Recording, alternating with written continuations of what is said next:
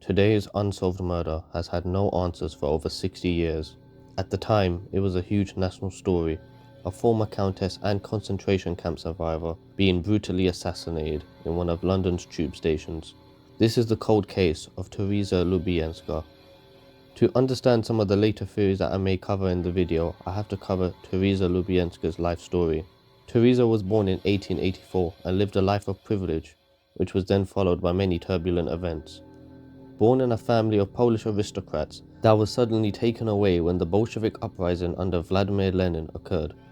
Her wealth and estate was seized and her husband was killed by armed forces trying to fight back against his home being taken away from his family. She then fled with her 2 children, where she began helping people as a part of the Polish Red Cross. When Germany invaded Poland to kickstart World War II, she became part of the Polish resistance until she was caught and thrown into Auschwitz concentration camp. She spent 2 years in a cramped cell until she was liberated and fled to London. During those times, one of her sons died in the war. From her flat in Kensington, Teresa never stopped fighting for justice, as she set up the Police Association of Ex-Political Prisoners in German concentration camps. She continued to devote her life to seeking compensation and support for other Polish who suffered in German concentration camps. It was said that she kept in contact with more than 1,000 Poles who had fled to England and 5,000 more in Europe. After over 10 years of activism in London, things would take a very dark turn on the 24th of May 1957. Teresa had just attended a birthday party in Ealing and was on her way back home via public transport. She was on the Piccadilly line to get to her stop of Gloucester Road, where it is only a short walk after. It is now 10 p.m.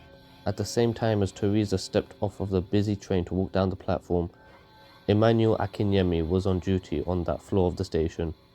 He heard footsteps on the nearby emergency stairs.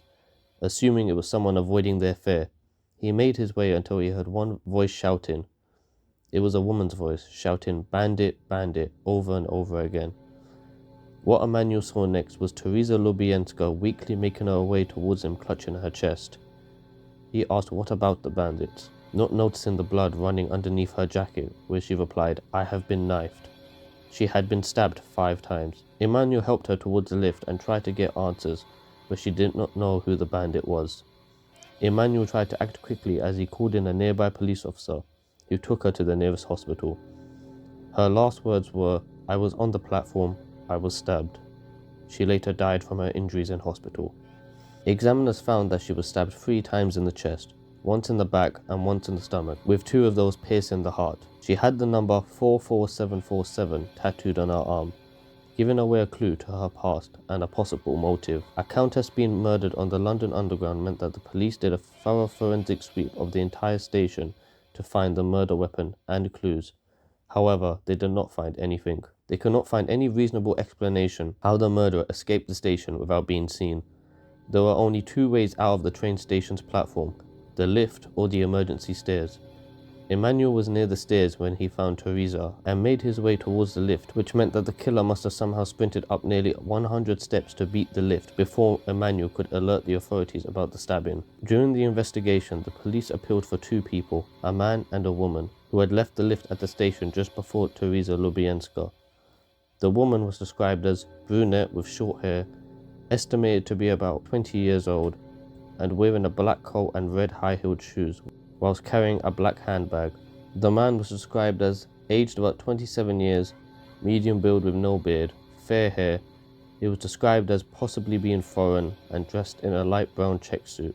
The police interviewed over 18,000 people with 0 leads. 3 years later, in 1957, the case was given the verdict of murder by persons unknown, and with 0 leads to go on, the case has been cold since then.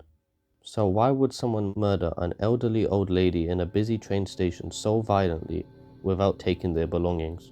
The 3 possible motives for her murder suggested by the police were: she was stabbed while someone was trying to rob her and steal her large handbag, but they froze and decided to run without the valuables.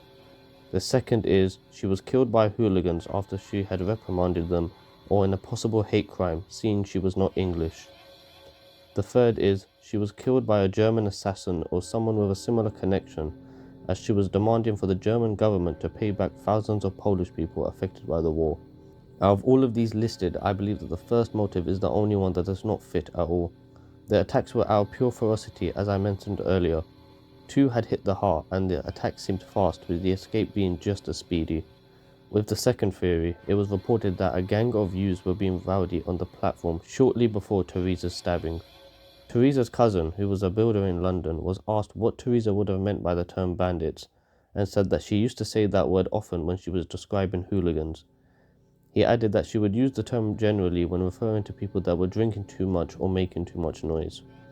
Although people have been murdered for much less, and it is in the realm of possibility, my personal theory is on the third motive, where this was a planned political assassination. The murderer may have followed her all the way from the birthday party, or was waiting at Gloucester Station before attacking her. The murderer being an assassin explains why the scene was extremely clean and the murderer left no clue to how he must have escaped. These were not some rowdy drunk teenagers at play. Nevertheless, there has been no leads or answers on who or why Teresa was stabbed to death on the platform that day. Her funeral was attended by hundreds of people to mourn the old countess that fought for thousands. She was awarded medals for valor and courage that laid upon her coffin.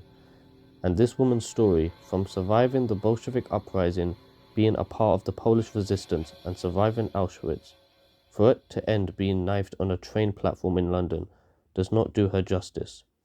One day, I hope we really learn what happened to Teresa Lubienska.